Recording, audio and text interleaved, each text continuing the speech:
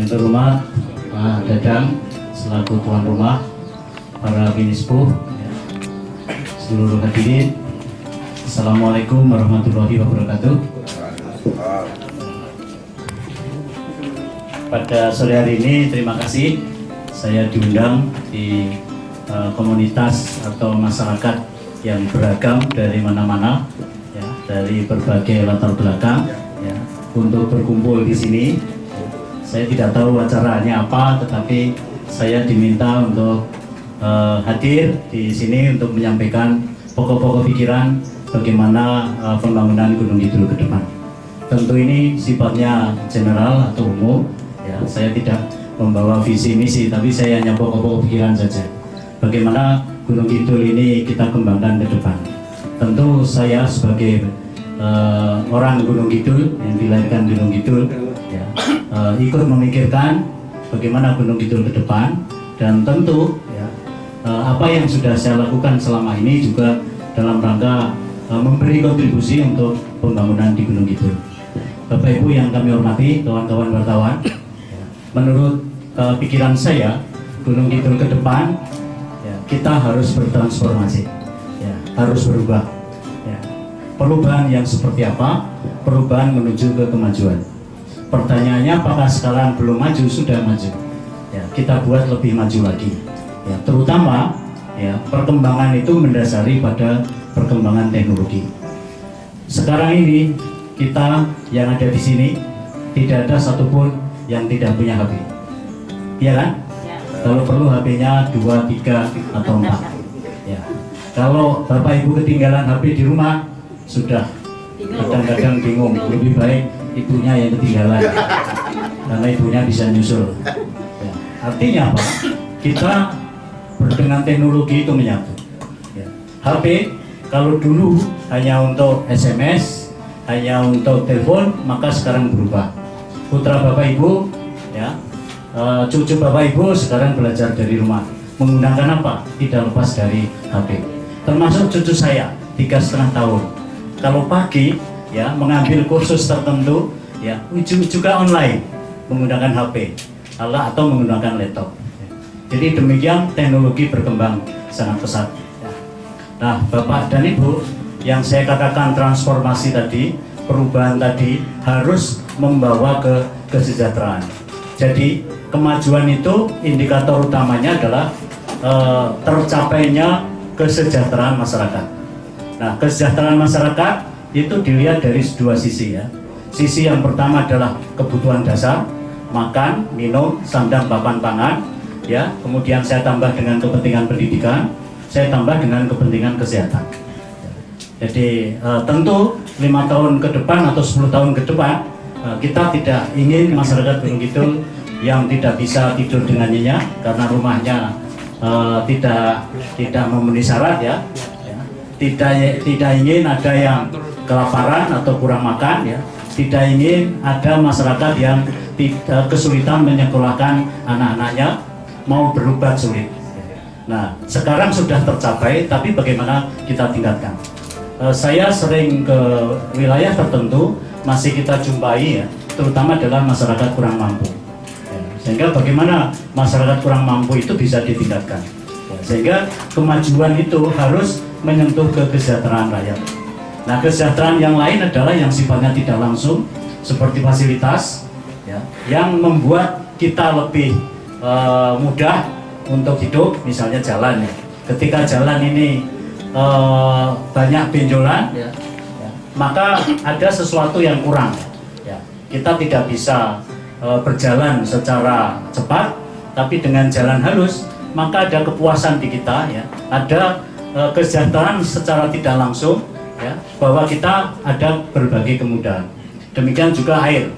Ketika kesulitan air, ya, tentu kita akan menggerutu.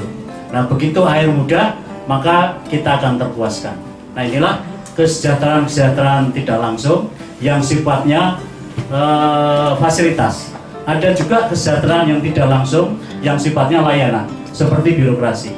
Mengurus sesuatu harus serba pasti, ya, harus prosedurnya itu jelas, transparan, dan waktu tertentu.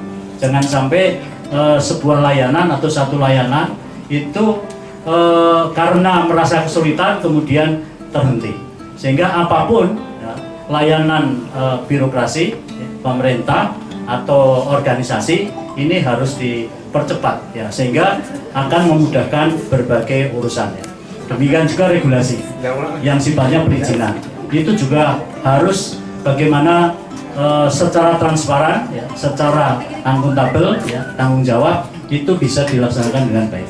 Demikian Bapak Ibu transformasi yang saya harapkan terjadi ke depan. Nah berikutnya adalah transformasi itu ya, diikuti dengan apa yang namanya teknologi. Seperti tadi saya katakan ya, HP tadi itu adalah teknologi. Bapak Ibu kehidupan kita sekarang tidak lepas dari teknologi. Nah ketika para petani dulu ya, sebelum mengenal traktor, maka ada macul ya, itu mungkin satu kedok bisa seminggu, maka dengan meluku, ya, garu itu bisa diefisienkan. Nah sekarang traktor bisa diefisienkan lagi. Nanti akan berkembang lagi dengan perkembangan teknologi berbagai kemungkinan, misalnya menanam dengan robot dan lainnya. Ya. Nah kehidupan kita sekarang ya, di era COVID ini yang sesungguhnya terjadi transformasi teknologi yang sangat cepat ya, itu adalah sifatnya layanan-layanan. Kita di rumah ya, bisa berbelanja apapun dengan menggunakan aplikasi. Sebaliknya kita bisa menjual ya, produk-produk kita dari rumah dengan teknologi. Sebagai contoh, saya punya saudara di Karangmojo ya, yang tadinya tidak punya usaha bagaimana menambah income keluarga, ada ide menjual sate kelinci misalnya. Nah, sate kelinci kemudian diaplikasikan lewat aplikasi GoFood ya, GoFood atau GoSend. Nah, akhirnya masyarakat mengenal dan pesan, dan cukup itu dari rumah. Tentu ada pengantaran di tempat tertentu, tapi tidak perlu membuka warung yang besar, tidak perlu restoran yang besar, ya. Cukup dengan rumah yang ada kita bisa berusaha. Itulah teknologi. Nah, semua sekarang diliputi dengan teknologi. Kita bayangkan sebelum ada listrik bagaimana, sekarang semua perangkat pakai listrik. Nah, transformasi yang saya maksudkan ke depan juga tidak lepas dari transformasi yang didukung oleh teknologi. Nah, Bapak Ibu, di dunia sekarang dikenal dengan yang disebut sebagai masyarakat 5.0, di mana kehidupan masyarakat ini dibantu atau sinergi dengan teknologi. Ya. Kalau dulu yang kita sebut revolusi industri 4.0, ini teknologi belum jelas bagaimana peran masyarakat. Dengan munculnya gerakan masyarakat yang disebut 5.0 atau Society 5.0, itu teknologi bergabung atau untuk kesejahteraan masyarakat. Masyarakat dalam kehidupan sehari-hari terbantu oleh teknologi, dan sekarang ini kita alami. Nah, dengan COVID-19 ini sesungguhnya kita adalah hidup di dalam era teknologi. Kita tidak menyadari ya, anak-anak kita, ya, kita sendiri dalam kehidupan sehari, ya, itu adalah terbantu oleh yang namanya teknologi. Jadi demikian saya kira transformasi itu harus kita lakukan, perubahan itu harus kita lakukan. Nah selanjutnya Gunung Kidul memiliki berbagai kekuatan.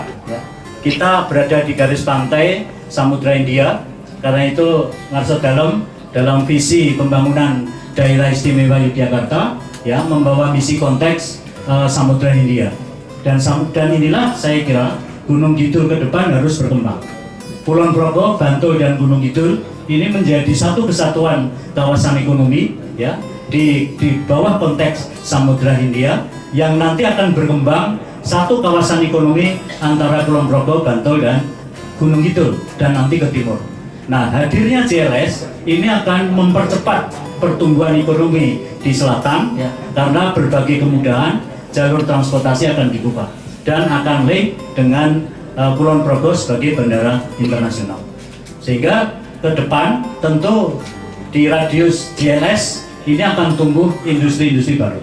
Di samping kemampuan atau kekayaan ikan kita, kekayaan laut kita itu akan bisa dieksploitasi, akan bisa kita kembangkan dan yang bernilai ekspor.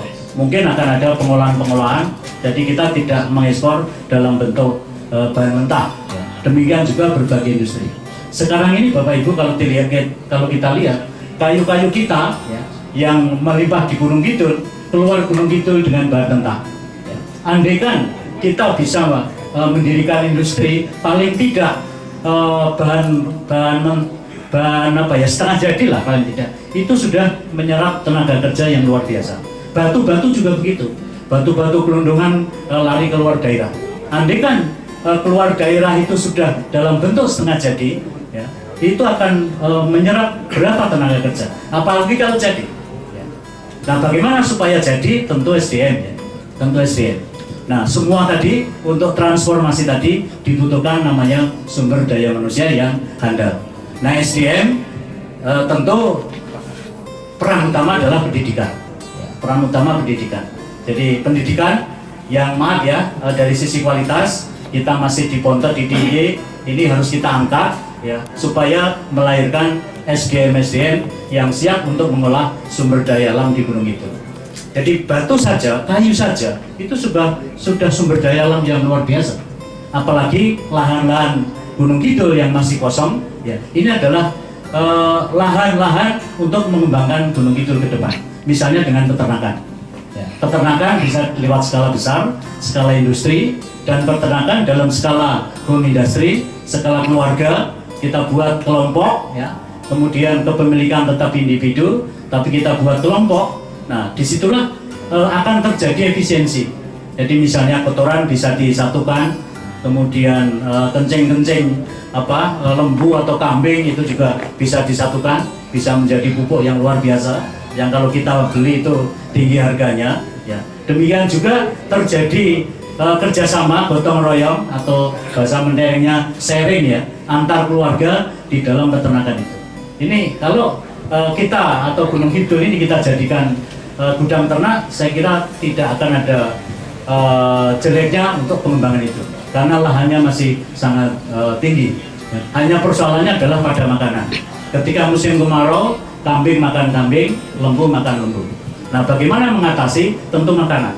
Kita menggunakan teknologi bagaimana menyimpan makanan ketika musim penghujan, kaya makanan bisa dengan teknologi tertentu ya diawetkan, akhirnya nanti di musim kemarau bisa digunakan. Ya, sehingga peternakan ini menjadi bagian terpenting untuk pengembangan Gunung Kidul karena sumber daya alamnya. Ya. Yang lain, Bapak Ibu, pariwisata saya kira sudah berkembang pesat, tetapi saya masih melihat pariwisata ini masih sepotong-sepotong. Ya. Kemudian kunjungan itu masih cukcing ya. Jadi datang kemudian pergi, datang dan pergi. Kalau perlu kotak-kotak makanan itu dari rumah udah di bis. Kemudian dimakan di tempat wisata, pulang tanpa beli apa-apa kita dapat kotaknya. Ya. Memang kita sudah dapat apa itu namanya kalau masuk itu? Retribusi. Nah, retribusi. Tetapi menurut saya ini perlu dikembangkan pendapatan di luar retribusi. Di luar retribusi itu apa? Ya kuliner. Ya. Fasilitas-fasilitas wisata seperti homestay, seperti hotel.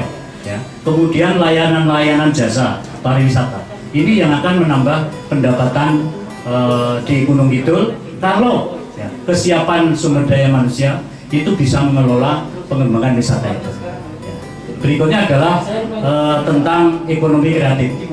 Bapak Ibu, ekonomi kreatif berkembang sangat pesat dan ini pendapatan negara juga yang luar biasa.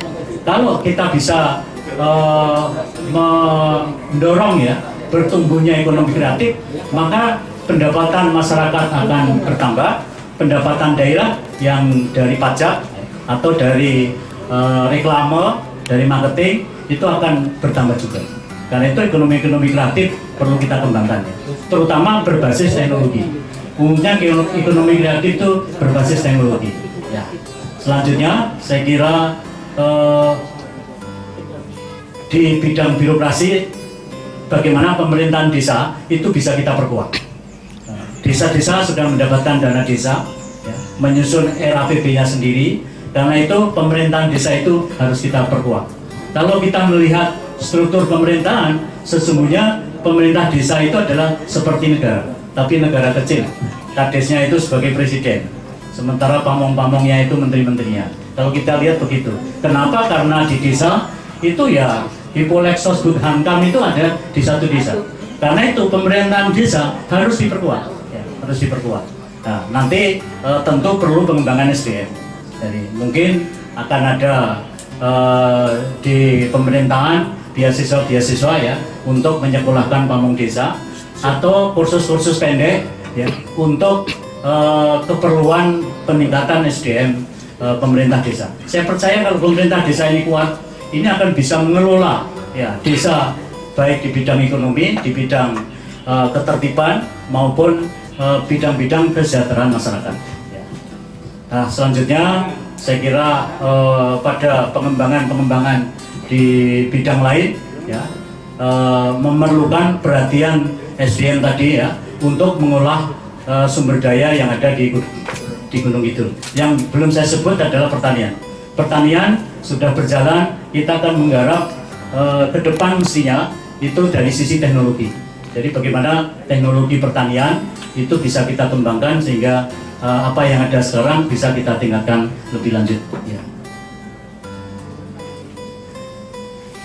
Nah, saya tambahkan untuk kawasan JLS tadi dengan kawasan Samudra Hindia, maka nanti akan lahir kawasan-kawasan ekonomi khusus ya, yang tentu terbantu oleh JLS dan terbantu oleh pengembangan sumber daya manusia, sehingga kawasan-kawasan khusus itu bisa dikembangkan yang berdampak pada perekonomian ya, baik nanti pada ekonomi keluarga maupun pendapatan daerah. Kita tahu ya bahwa pendapatan daerah di Gunung Kidul ini belum maksimal ya.